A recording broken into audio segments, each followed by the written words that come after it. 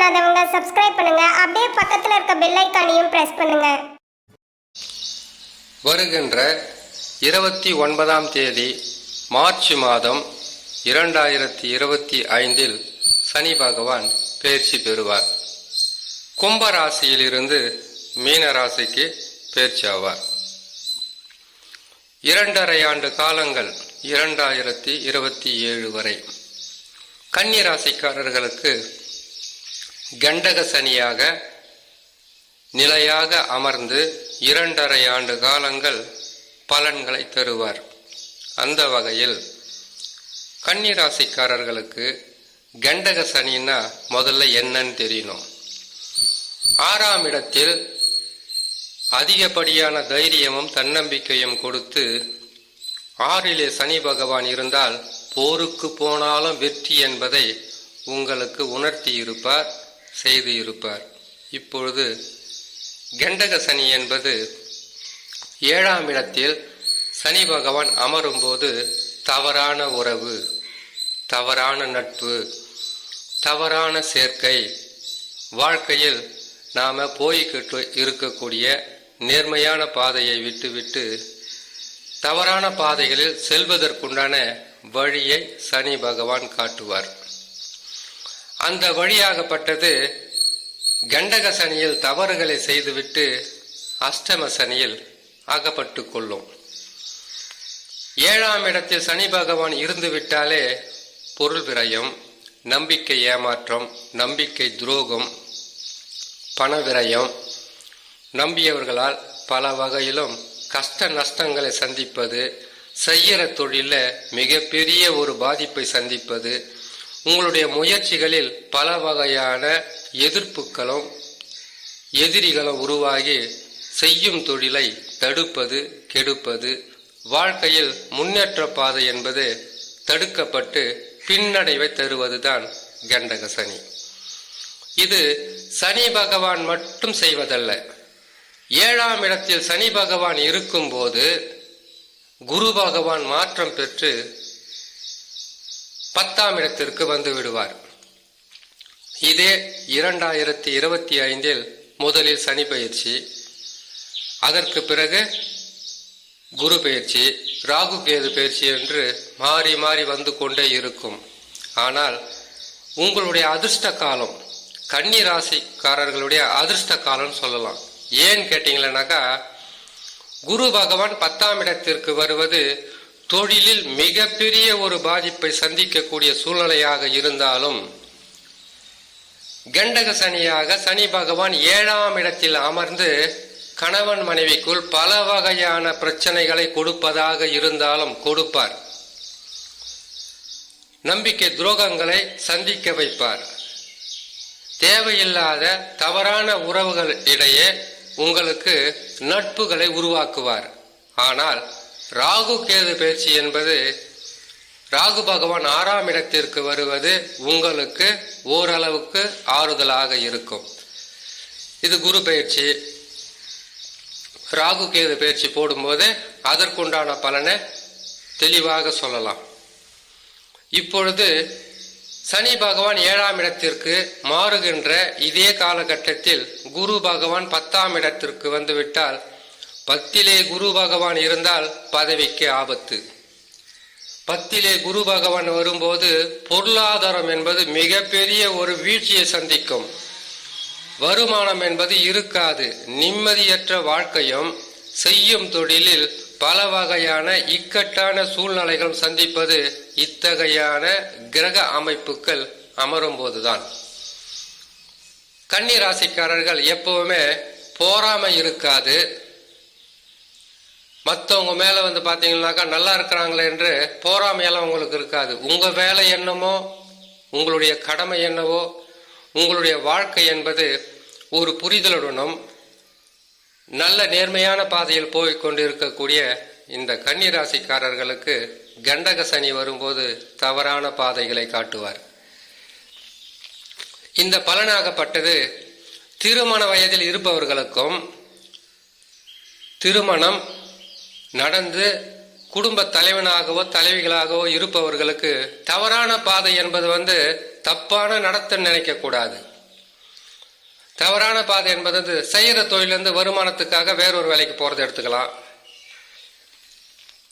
அல்லது குடும்பத்தை விட்டு பிரிறதுக்காக எடுத்துக்கலாம், கணவன் மனைவிக்குள் ஒற்றுமை இல்லாமல் விலகி போகிறத எடுத்துக்கலாம், ஒருவருக்கு ஒருவர் விட்டு கொடுத்து போகாம புரிதல் இல்லாமல் வாழக்கூடிய வாழ்க்கையை எடுத்துக்கலாம். நண்பர்களும் விரோதிகளாக மாறுவது,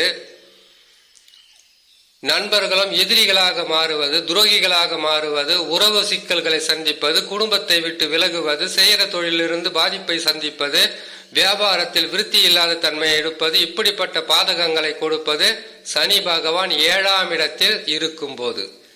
கண்டகம் என்பது கழுத்து வரைக்கும் உங்களுக்கு பிரச்சனையை கொடுக்கும், கடனாளிகளாக மாற்றும், நோயாளிகளாக மாற்றும், அல்லது உறவு சிக்கல்களை கொடுத்து உறவற்ற மனிதர்களாக மாற்றுவது இந்த கண்டக சனிதான்.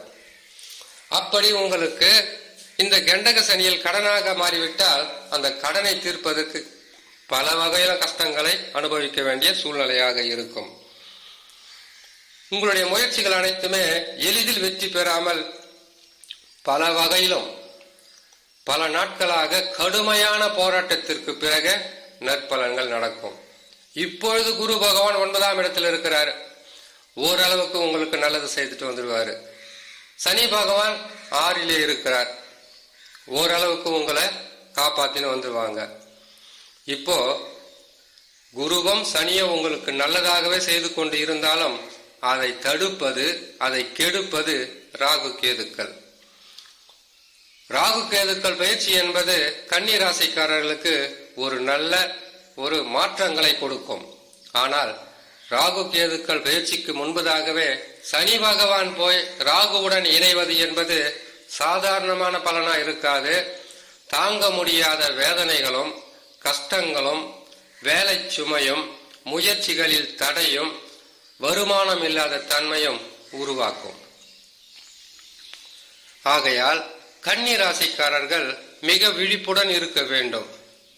எதற்காகன்னு கேட்டீங்கன்னாக்கா, உங்களுடைய சொந்த ஜாதகம் இருக்கு பாத்தீங்களா, அந்த ஜாதகத்தில் லக்கினத்திலிருந்து அமர்ந்த கிரகங்கள் நல்ல நிலையில் அமர்ந்து விட்டால் பாதகம் இருக்காது. பாதகம் இருக்கும், பெரிதளவு பாதகமாக இருக்காது. கெடு பலன்கள் நடக்கும். ஆனால் அந்த கெடு பலன்களிலிருந்து மீட்டு கொண்டு வருவதற்குண்டான தைரியமும் தன்னம்பிக்கையும் அந்த தசா உங்களுக்கு உதவியாக இருக்கும். ஒவ்வொரு ராசிக்காரர்களுக்கும் சொல்லக்கூடியது, சனி பகவான் கெட்ட இடங்களுக்கு வந்து விட்டால் குரு நல்லா இருக்கிறாரா, ராகு கேதுக்கள் நல்லா இருக்காங்களா, இந்த 3 கிரகங்கள் நல்ல நிலையில் அமர்ந்து விட்டால் சனி பகவான் பெரிதளவு பாதகத்தை தர மாட்டார். இந்த 3 கிரகங்களுடன் சேர்ந்து 4 கிரகங்களும் பாதகமாக இருக்கக்கூடிய ஒரு அமைப்பு வருமானால் வாழ்க்கை என்பது தாங்க முடியாத வேதனைகளும் கஷ்ட நஷ்டங்களும் சந்திக்கக்கூடிய நிலையில் மாறிவிடும். அல்லது சொந்த ஜாதகத்தில் நடக்கக்கூடிய தசா உங்களுக்கு பாதகமாக அமைந்து விட்டால், அப்படி பாதகம்னா என்னன்னு கேட்கறீங்கன்னு கேட்டீங்கன்னாக்கா, 6, 8 அமர்ந்த கிரக தசா, நீச பகை பெற்ற கிரகத்தினுடைய தசா. நீச பகை பெற்ற கிரகத்துடைய தசாவாக இருந்தால், நீசம் என்றால் பல வகையிலும் 100% கெடு பலன்களை தரும். பகை பெற்ற தசாவாக இருந்து விட்டால் எதிரிகளால் தொல்லை, உடன்பிறப்பால் தொல்லை, கட்டிய மனைவியால் தொல்லை, கணவனால் தொல்லை, நண்பர்களால் தொல்லை, வேலை செய்யற இடத்துல தொல்லை, இப்படி ஒவ்வொன்றுமாக மாறி மாறி வந்து கொண்டே இருக்கும். இதுவே ஆட்சி பெற்ற கிரகத்தினுடைய தசாவாக இருந்து விட்டால் உங்களால் எவ்வளவு பெரிய பாதகமாக இருந்தாலும் அதிலிருந்து மீட்டு கொண்டு வருவதற்கு ஒரு வழி பிறக்கும்.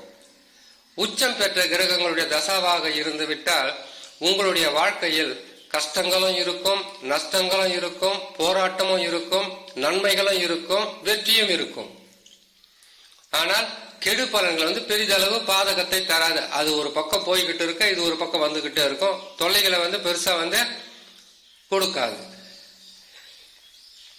ஆகையால் கன்னி ராசிக்காரர்கள் உங்களுடைய சொந்த ஜாதகத்தை ஒரு முறை நல்ல ஜோதிடரிடம் போய் அதை பரிசீலனை செய்து கொள்வது மிகவும் உதவியாக இருக்கும். எதற்காக இந்த வார்த்தை சொல்றோம்னு கேட்டீங்களானாக்கா, கண்டக சனி வந்து விட்டால் சனி பகவான் தவறான பாதையும் தவறான நட்பும் தவறான வாழ்க்கை என்பது அஷ்டம சனியில் மிகப்பெரிய ஒரு பாதகத்தை கொடுத்துவிடும்.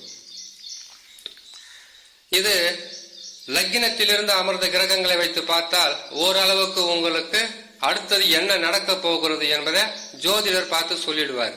பொறுமையாகவும் நிதானமாகவும் பலன்களை கேட்கும் போதும் பொறுமை இருக்கணும். பலன்களை கேட்டு அதை நீங்க செயல்படுத்துவதும் பொறுமையா இருக்கணும். கன்னி ராசிக்காரங்க, கண்டக சனியை பத்தி நீங்க சர்வசாதாரணமா எடுத்துடாதீங்க. இது ஆரம்பம். முடிவு என்பது அஷ்டம சனியில் தான் முடிப்பாரு. இதுல ஆரம்பிச்சு 5 வருஷ காலம் என்பது சாதாரணமா நடக்காது. கண்டக சனியில் ஆரம்பித்து அஷ்டம சனியில் முடிப்பது, அதற்குள்ள பல வகையில உங்களுக்கு பிரச்சனைகளாக கொடுத்து விடுவாங்க.